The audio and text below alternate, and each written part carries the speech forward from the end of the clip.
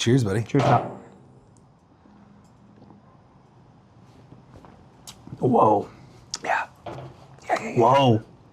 That's Superdelic. That is Superdelic. That's funky fresh, dude. That's so good.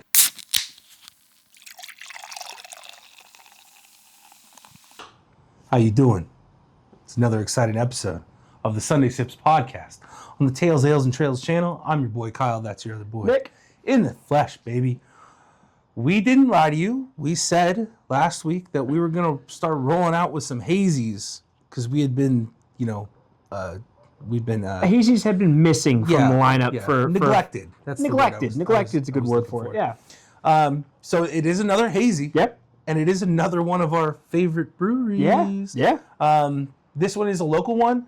We like all our local breweries. Of course. But, Ramble West has just come out with a new Hazy IPA. So we thought we would shine a light on that. Yeah. Yeah. This Absolutely. is the Superdelic Hazy IPA from Ramble West. Oh. We were kind of excited because we got news that this was coming out. We had tried to go down and get it To bring it in for the podcast. If it was canned, and we had to wait a couple days. But it was eventually canned, and we got our hands on it, and it's here. We actually got invited to the canning day down at Ramble, which was a lot of fun to see that process. Yeah. Getting to talk to Ryan about the different beers and also just the excitement around getting to can those beers was a cool thing. It was also happened to be pint night later that evening. That was a lot of fun. Yeah. A really cool thing that they kind of dreamed up as an opportunity to get a lot of local businesses involved. Essentially, you buy a pint, you get a raffle ticket. The raffle ticket gets, thrown into a raffle where there's gift cards and other things from a bunch of local businesses, basically trying to encourage folks to support all their local businesses as much as they can. It was a huge success for their very first pint night. I mean, a ton of people came out. I worked like 2 doors down from there, and it was me and my coworker stopped like 15 minutes into the event, and it was standing room only. Standing room only. It was something else. Yeah, it was really cool to see. Yeah, I guess the feature of that night was the Superdelic being canned and available to the masses. But they have a bunch of new beers. Like of course. Their Get Set, their porter is really good. Their oatmeal cookie stout or whatever is really good. But yeah, Ramble West is putting out good beers. So this Superdelic, a hazy daydream brewed in collaboration with Berkeley Yeast Company, featuring 100% Superdelic hops that explode with mango, guava, berry, and sherbet, and tropical candy vibes. Fermented with their Tropics London strain and boosted with Tropics Boost, this beer turns fermentation into a full-blown fruity party. Pineapple pops. Pineapple pops. Passion fruit sings, and the haze stays soft, juicy, and endlessly sippable. Basically, a vacation in a glass. Ooh, cheers. I like that. The artwork on this can is crazy. I like it.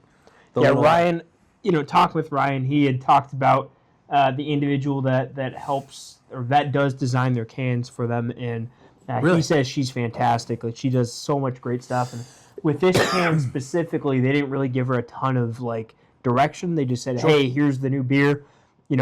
Go for it." And what came out was a really cool design. It looks Superdelic. Yeah. It's got that funky combination of colors on it. I like the lettering, the cutout, almost like magazine paste. Yeah. And it was really cool. So let's pop it. Let's pop it. Yeah. 3, 2, 1. Whoa, we had the same delay and everything. I like it. Oh yeah, the color's fantastic. I've only had this beer a couple of times. I think once on the day I tried. Hey, look at it. Look at that. Look at us. All right. Look at us. Who would have thought? Who would have thought? The day I tried to get the cans, you directed me. You're like, I was like, hey, we got to bring this in for the podcast. It's really cool. The day that it was actually canned, I had one. Yep. So this would be the third time. I'm really excited. I remember liking it, but we'll analyze it now. It smells fruity. I'll tell you that. Yeah, it really does. So this is a 6%. You didn't see the IBUs, did you? I did not. Okay, good. Because I'm going to have you guess. Let me work on my head a little bit here. I do want to say, as I'm waiting for this to kind of dissipate a little bit, we've had so many great interactions and relationships with all the local breweries. Yeah. And I think Ramble West is no exception to that. In fact, they might be the rule instead of the exception. I mean, they have been, getting to get to know those guys, getting to come out for certain events and help support those events. Like it's been a lot of fun. They've got a great vision for their brewery and what they want to do with it. I don't know how public this is, so I'm not going to say too many details, but they've got some exciting stuff planned around a certain bike park that's going to be coming out in Chico later this year. So just the fact that they've been so supportive, not only of us, but of so many different things in the community, of trying to reach out, extend that hand, and make it a community-based brewery has been a lot of fun to see. So we're big fans of them. Apparent. Yeah, the effort and then the dedication to being good stewards in the community is incredibly apparent. So, and I mean, their turnout speaks to that. Yeah, 100%. I see familiar faces in there when I go in there, so they already have dedicated people. Yeah. Which is very good for business. And if you want to know more about Ramble West, we've got a podcast with them. We've technically got 2 podcasts with them. We did a live podcast over the summer, and then did a full sit down with them. So tons of background on Ryan and Jim and the entire Ramble West operation. Yeah. I'll put a link in the description. For sure. You guys will definitely want to check that out. They've got a really cool story. They're one of, I would say, Chico's premier newer local breweries. Yeah, so absolutely. Cheers, buddy. Cheers, up. Whoa. Yeah. Whoa. That's Superdelic. That is Superdelic. That's funky fresh, dude. That's so good. So I'm so enamored with this right off the bat because we just had, peel back the curtain here a little bit. We just had a hazy. Yeah. In last week's podcast. Yep. This is also a hazy, but it's such a different flavor. Mm-hmm. And what I'm kind of leaning on is basically a vacation in the glass line at the very end of the description, because that's kind of what it is. There's a lot of fruity tropical flavors that hit you right off the bat. Big flavors. And I kind of love that a lot. We just did the Zwickel Pig, which had some fruity aromas as well. Yeah. But not. This is on a different level, I would say, in terms of the fruitiness that go into this hazy. What's the IBUs? Oh God. I want to go middle of the pack. Okay. I want to go 42. You're close. Am I close? You're over. I'm over. Yeah. 34. 36. Okay. Oh no, 34. 34. Oh 34. Hell yeah! Right on the button. Never mind. All right. I lied. Yeah. No, dude. It's I believe the Zwickel Pig last week was around the same. Might have been a little bit higher. Yeah. And I think it really shows. The hoppiness, the bitterness, is a little toned down versus the Zwickel Pig. Sure. Even though I remember that flavor came on in the back half. Yeah. Of the sip. Mm-hmm. This kind of does the same thing. It punches you first with the fruitiness, the tropical vacation-y flavors, and then it goes into business. Right. And gives you what you want from a hazy. Right. And that's kind of the beauty of it, is maintaining that relationship with a hazy IPA traditionally, and then seeing what you can play around with in the foreground. I really like it. It's very, very, very sippable continuously. I just keep wanting to. I have to talk in the episode, but I keep wanting to sip. Yeah, me too. 100%. It's almost like mouth-watering, the flavor. Yeah, it makes you want to go back for seconds. Mm-hmm. I want to ask you. What I do? As we're kind of digesting this flavor a little bit, since we are in January of 2026. Yes. And this will be a little bit later in January when it comes out, but it's still January. I think there's still time for this. Do you have New Year's resolutions for yourself? And do you have New Year's resolutions for the podcast? Let's go. I was talking with a buddy of mine. I want to, as you guys know, I don't know if you guys know this, but I am a big boy. Shocker. I like to eat. I like to eat things that are bad for you because those things traditionally taste good. Tastes real good. But yeah, I am a gym goer, but I just lift heavy things and I don't. What's that word? The other one? Cardio? Yeah, cardio. I don't really do that, and my New Year's resolution is to do more of that. We're doing nothing but getting older. Yep. And in your 20s you can just whatever, but we're in the third decade of life, or fourth decade of life technically. Yeah. And I'm feeling it. Yeah. Every now and then. Your body wants to start slowing down naturally, so you got to fight it. You got to go against it. I think I owe it to my joints to start losing some weight and getting some cardio. Also, we're going on vacation. We're doing squat abroad, baby. And Papa needs to lose a little weight. How many times do you think these people are going to hear squat abroad between now and when it happens? Not enough. Not enough, dude. This is the vacation that our friend group, our squad, has been dreaming of and planning for years. So this is the last hurrah before some people start having children. Yeah, I mean, I think it's the well. Let's not go there.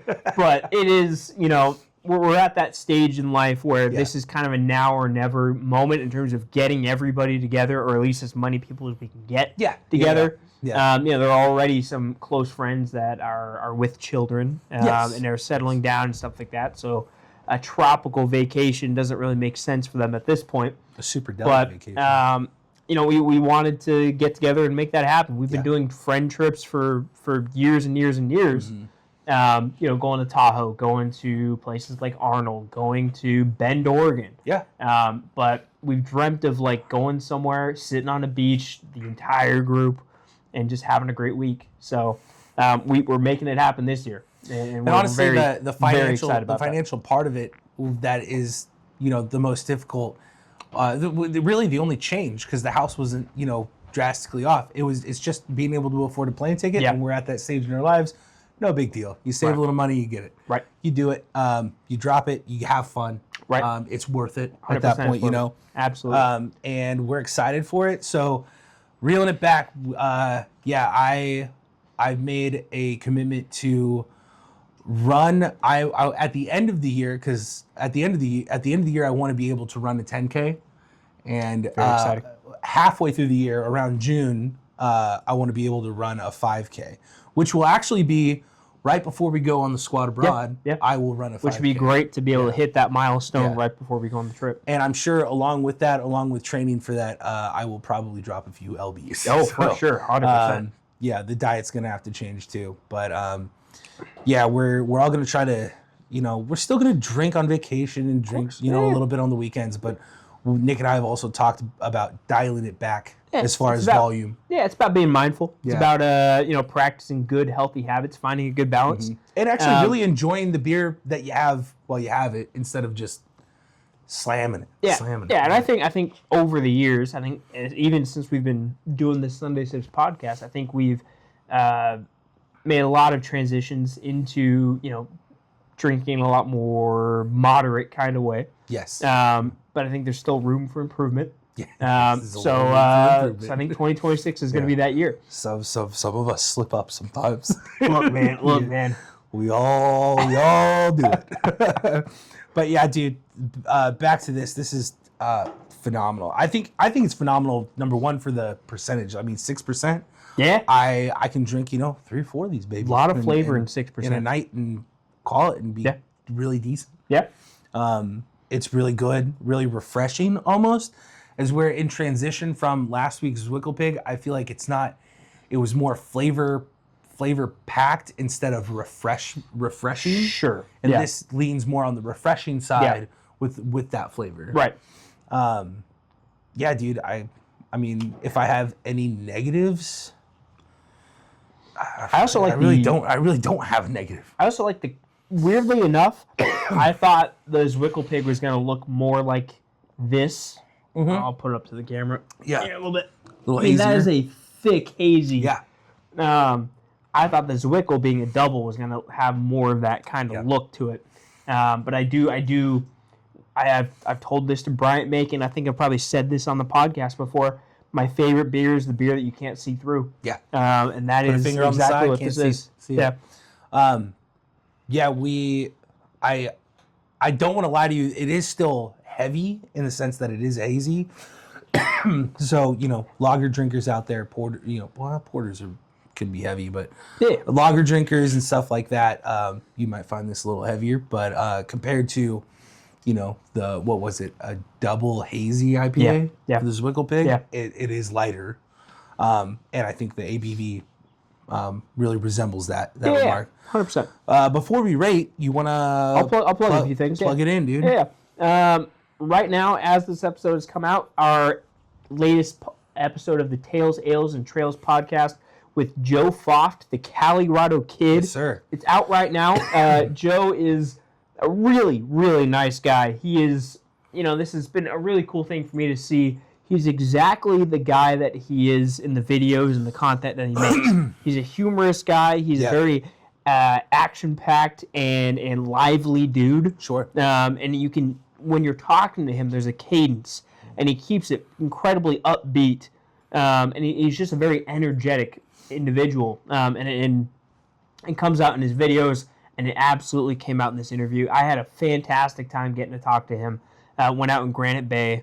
So that's a great episode. I hope you guys enjoy it. I hope you guys tune in and check it out. It's one of one of the bigger episodes we've done. This upcoming week, we're going to be having an episode from All the Bitter. All the Bitter.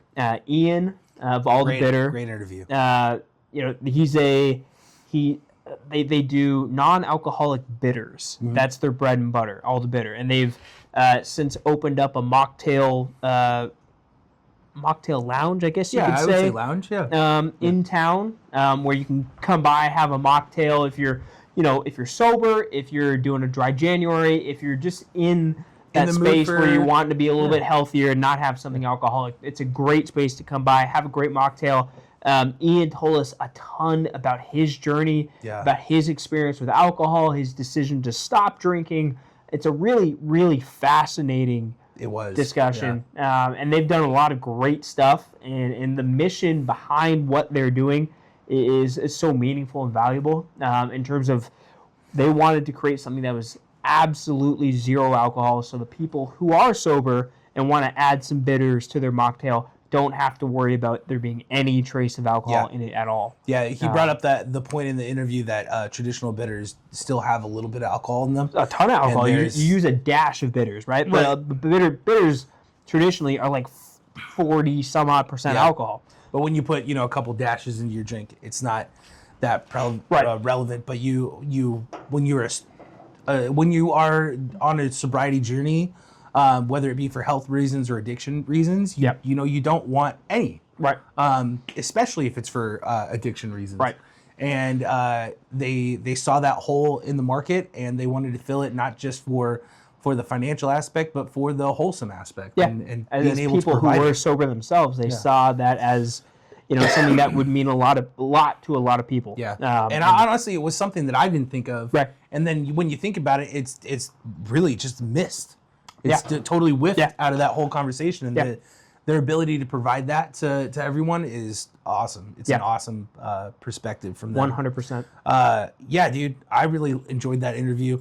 The Colorado Kid. Yeah, I remember. I like that you said that. It's almost like it's when you talk to him, it's his personality, not a personality. Yeah, he's not playing a character. Yeah, he is that guy. Yeah, and that's been pretty much exactly what I've seen from every outdoor content creator that we've been able to talk to so far. I mean, going way back to Brian Kennedy, BKXC. Yeah, crazy.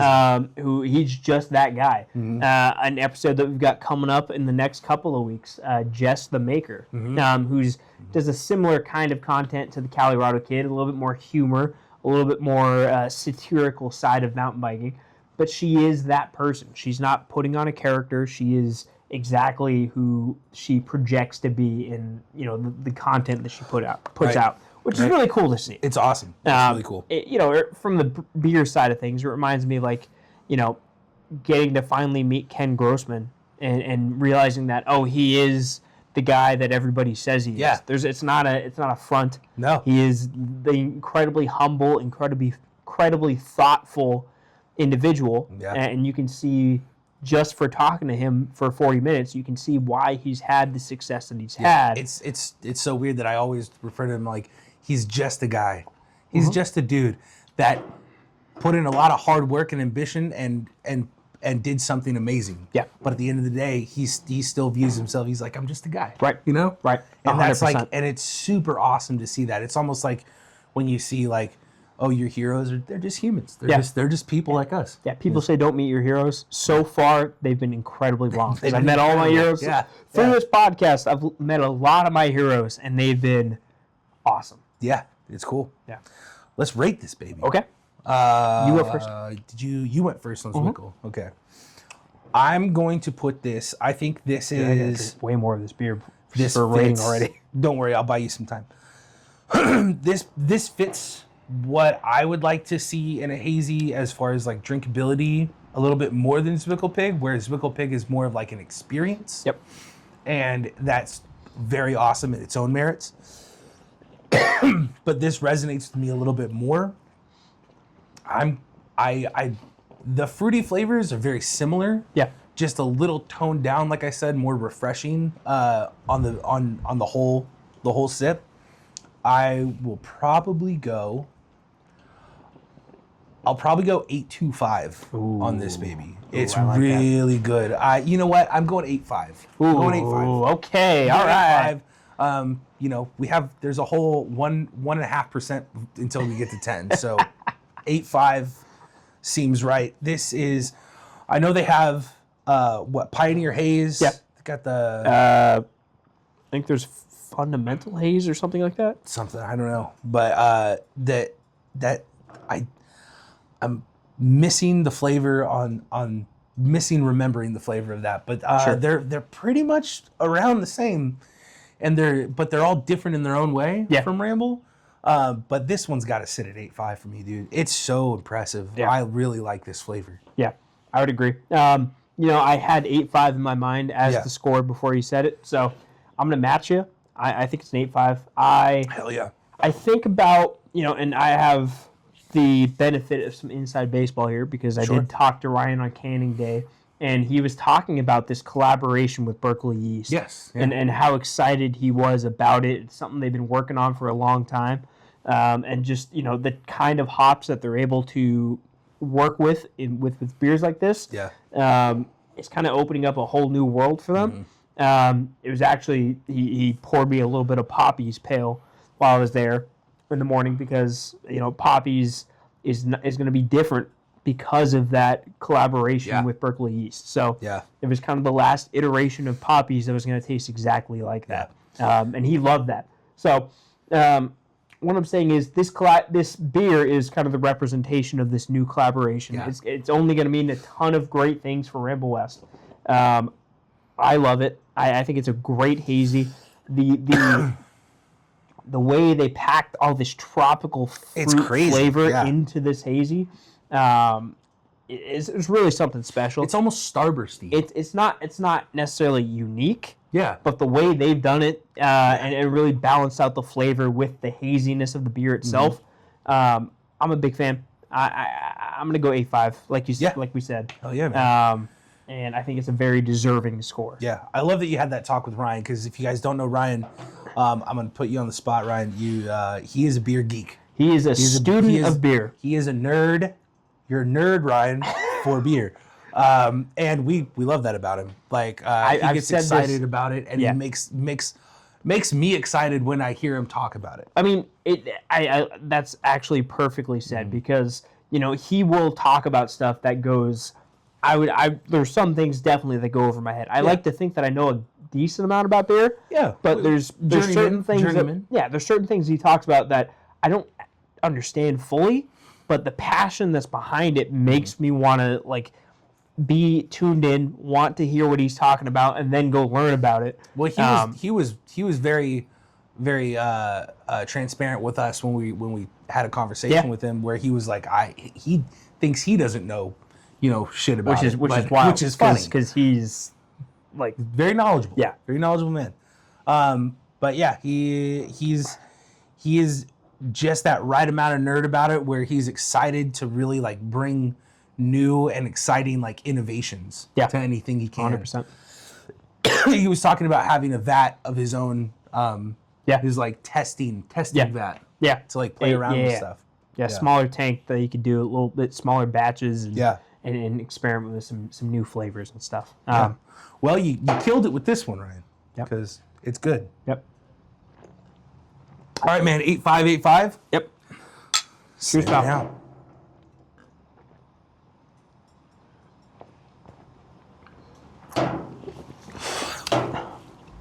Still 6%. Not very chuggable. Yeah. I will say hazy's a hard style to chug. Yeah, don't be chugging the hazies, man. I'm not going to tell you what to do. Chug hazies if you want. So sorry to tell you what to do with your life. Don't forget, hit the bell. It notifies you when we drop new content. We're on Instagram. We're on TikTok. We're on X. We're on YouTube. Hey. That's where we're at right now. That's where we're right now. Yeah, dude. Leave a comment. Tell us what you think about Ramble West. Tell us what you think about Superdelic if you've tried it. What's your favorite beer from them? What beers are you excited to see from them come out next? And tell us what beers you're excited that you would want us to try next. And don't forget, you crack one for us, we'll crack one for you. Cheers. Take care.